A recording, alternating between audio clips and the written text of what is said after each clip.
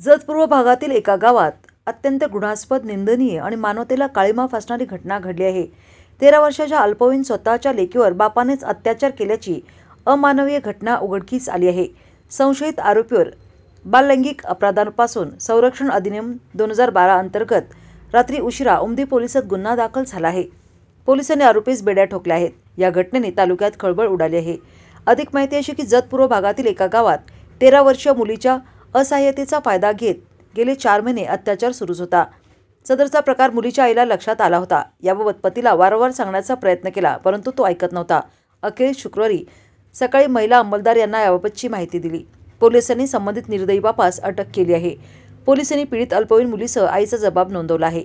अत्याचारित पीडित मुलीने अत्याचाराचा पाडा वाचला। अक्षरशः नराधमाचे कृत्य ऐकून डोळ्यात पाणी आणि बाप लेकीच्या पवित्र नात्याला काळिमा फासणारा धक्कादायक प्रकार उघडकीस आला आहे। पोलिसांनी खाक्या दाखवताच आरोपी पोपटासारखा बोलू लागला। शुक्रवारी रात्री घटनेची नोंद उमदी पोलीस ठाण्यात झाली आहे। अधिक तपास पोलीस करीत आहेत।